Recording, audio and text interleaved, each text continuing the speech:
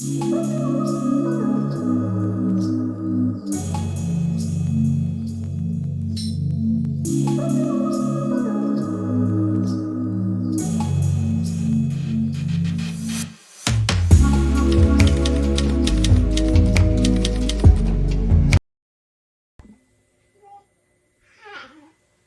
everyone, welcome back to Mommy and Mia. And today we have Mia and Mommy right front and center. Um, would it be a show really without the star of the cast? Today we're going to discuss breastfeeding with PCOS. I'm here to tell you that it's hard. It's really, really difficult. And no one told me that. I knew I had PCOS going into pregnancy, obviously, but I had never considered that it would affect my milk supply for Mia. It does indeed affect your milk supply negatively when you have PCOS and you are opting to breastfeed. But the good news is that for me, because you know it's like 4 or 5 different types of PCOS. For my type, where you know it's heritism and irregular cycles and that nature type of symptoms. For my type of PCOS, I was able to produce breast milk for Mia. However, I wasn't able to produce a high supply. Now, how I found this out was upon her delivery, my baby, my sweet darling, and this could be true for regular moms. I'm not sure. Give me feedback in the comments if you know someone who also experiences, who is not diagnosed with PCOS.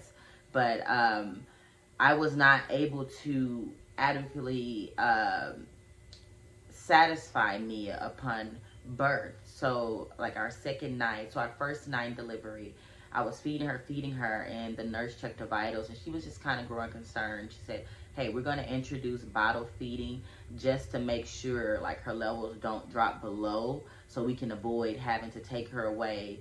And she was a very caring nurse. I can't remember her name, but avoid having to take her away, get shots, and do all these things. So just so we don't have to do that, I'm going to give her a little formula just to make sure she's receiving adequate amount of nutrition and everything.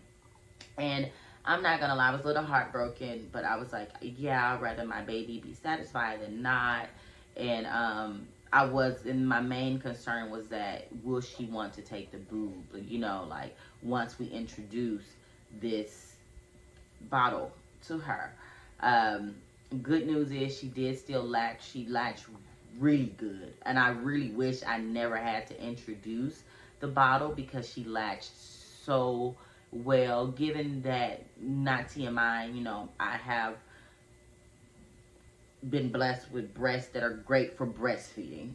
We'll say that came from the nurse and people, so it was a little easier, which I know some women's the anatomy of their breasts can make it a little difficult, whatever, but that wasn't my situation. So Mia had a great latch. She was opting to feed. The second night I knew something was wrong when it was just her and I, and I would feed her and I would lay her down to go to sleep, and like not even 15 minutes she was up again, cranky, crying. It's like the second night in the hospital. Feed her again, not even 10 minutes, feed her. It was just a back to back. I'm like, I don't think she's being satisfied. You know, I was very, very concerned. I voiced my concern to the night nurse, and she kind of went into agreement. So she she fed her because she was coming to get her to do her shots, do one of her shots, or give her a bath or something of that nature.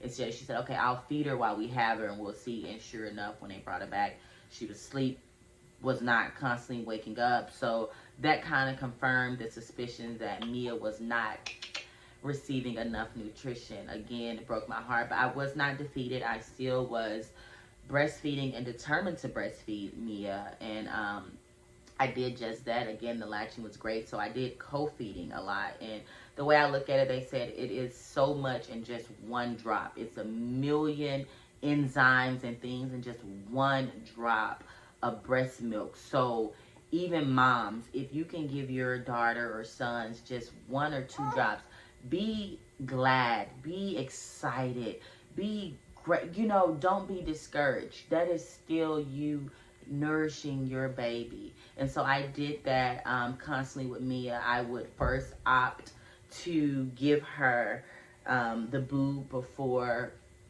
the bottle. And then after that, I'll watch and see. And yes, she was always still hungry and wanted the bottle afterwards. But she was cooperative. She would take the boob and then she would take the bottle. It wasn't until later on that sometime during the feeds that she's not so hungry and she's kind of more sleepy than hungry, where she would just be satisfied off the boob by itself. And that was typically early morning feeds around 4 or 5 o'clock in the morning, or super late. But usually the early morning feed, she would just be satisfied off the breast, and that would make my day. I felt enough. I felt content. And she would also do it sometime during her midday snacks, and it was kind of like she needed more of a nap and snack, and she would nurse the boob, and it was kind of more of a comforting thing for her, I do believe, at the time. But one thing I can say, I don't know, mom, so don't be discouraged. It's just my experience. So I've never fully feel like I was able to give the breastfeeding 100% all efforts to see if the milk supply would ever increase. Like, I did increase my water intake. I tried the pumping in between feeds, the cluster type method, but I never was able to, I feel like, have adequate nutrition consistently. I maybe a day or two, like when I first, like that third day out of the hospital, I had a lot of nutrition. And while I was in the hospital, I had a lot of nutrition, and I had a lot of, we have a place here called Tropical Smoothie. So basically like healthy smoothie. I was just having a lot of that, and I can say by that third day, I was leaking. My breasts were literally, it was overflow. And I wish I had met with a lactation consultant prior to pregnancy, or during my pregnancy before Mia was here, to understand how breastfeeding works, how the call and response of the breast is. And I think I would have gone about it differently. So if you have an opportunity, if you desire to breastfeed and you have PCOS, I say do everything to the best of your ability and see what happens. But most importantly, I will suggest meeting with a lactation consultant prior to your baby's arrival, because it is a lot. It's more than just putting the boob in the baby's mouth. It's a lot to learn, and I underestimated the complexity of breastfeeding. And again, I didn't know that having PCOS would affect such. So I would definitely say go meet with it so you can tackle this thing head on before you just go straight to the bottle. With that being said, back to what I was saying, I never, after that first week or so, or maybe first week after that, I really didn't have an appetite, and to be honest, I gave birth to Mia at 230 pounds. So I was already obese in that category. And I just, with having PCOS, it's hard for us. It's easy to gain weight, the type I have, and it's very difficult to lose weight. And I just did not, with knowing how my body works, I wanted to feed my baby, and I tried to where I felt comfortable, like I was upping the protein and drinking and stuff, but beyond that, I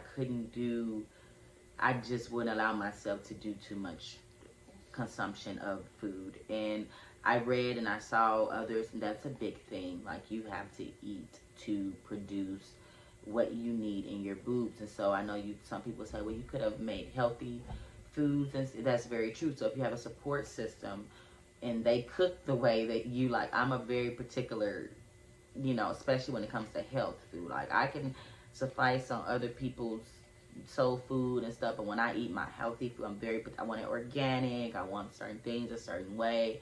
And so, yeah, I didn't do it, and I just didn't fight that fight. So I do feel like I wasn't able to really see, had I ate enough, had I drank enough, had I constantly clustered, had I constantly gave her the boob even when she was crying, in between, like, exhaustingly gone at it, if my supply would have increased. weeks. I don't know. But I encourage you to see for yourself if that's something you want to do. So now where I'm at with Mia, we got in about 2 months of co-feeding, which was great. By the 3rd month, I think I had started so much bottle feeding, just out of convenience, honestly, that she is now used to the bottle. She cries when I put the boob in her mouth. She no longer wants the boob, and it's not a fight. I'm willing to fight. I was going to still try to pump, and I still may, and see what happens. But for now, this is where we are in mind. She's healthy. I am going to look into some multivitamins for her. And again, I have my Mom Cozy pumper. That was another thing. A lot of pumps in the beginning when my supply was ready and I wanted to do pumping, they didn't fit my boob, and I couldn't figure out what's going on. I was buying the hand manual and I was using hand-me-down pumps, and it wasn't. Again, go educate yourself with a lactation consultant. They're usually free at the hospital. And I think had I had the education early on when the supply was there, we may have a different outcome. So all those things are important, to make sure things are fitting your boob adequately and you're pumping correctly. But yeah, Mia's doing the bottle now. We're great with the bottle. The bottle is very consistent. You still want to I did have a learning curve with the bottle and what she takes. First I was trying to get bottles that had similar nipples to my nipple because I was co-feeding. But a lot of those bottles were fast feeding. So my baby was about to choke trying to drink the milk. I just thought she was greedy because she was making out and breathing. I'm like, why is this girl breathing hard?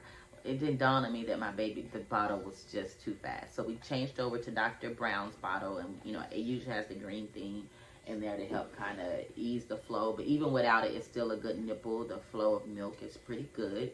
So it will be like a curve with your bottles for your baby. This is kind of lightweight. It's good for her. She's getting the hang of trying to hold it herself. She's thinking right, but I still have to help her. But you can tell by next month she may be holding her own bottle. And again, I encourage you moms, even if before I go, I viewed breastfeeding my daughter with someone with PCOS who could not produce enough milk as me providing her with her multivitamin.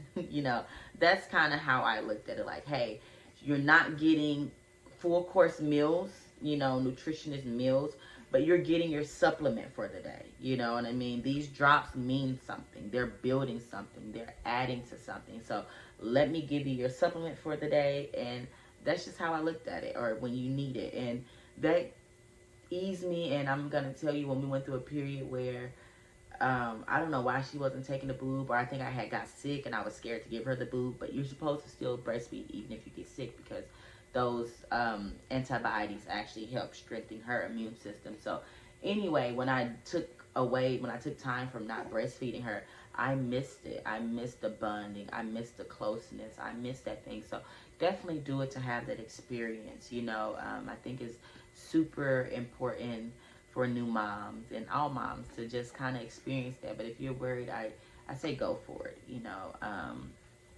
and don't be so hard on yourself, So next go around, hopefully with our little boy, I will give breastfeeding another go, but now with all the knowledge I know, I will go about it differently, and see what happens. So don't be discouraged. Formula is okay. It has what your baby needs.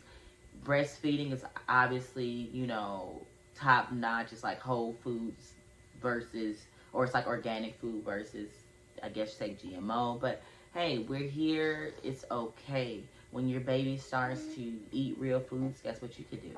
You can incorporate healthy nutritionist meal for your baby, and you can still build. They're still growing every day. So don't give up. Don't give up on yourself. And thank you for joining me and I on our tips for breastfeeding with women with PCOS. Bye.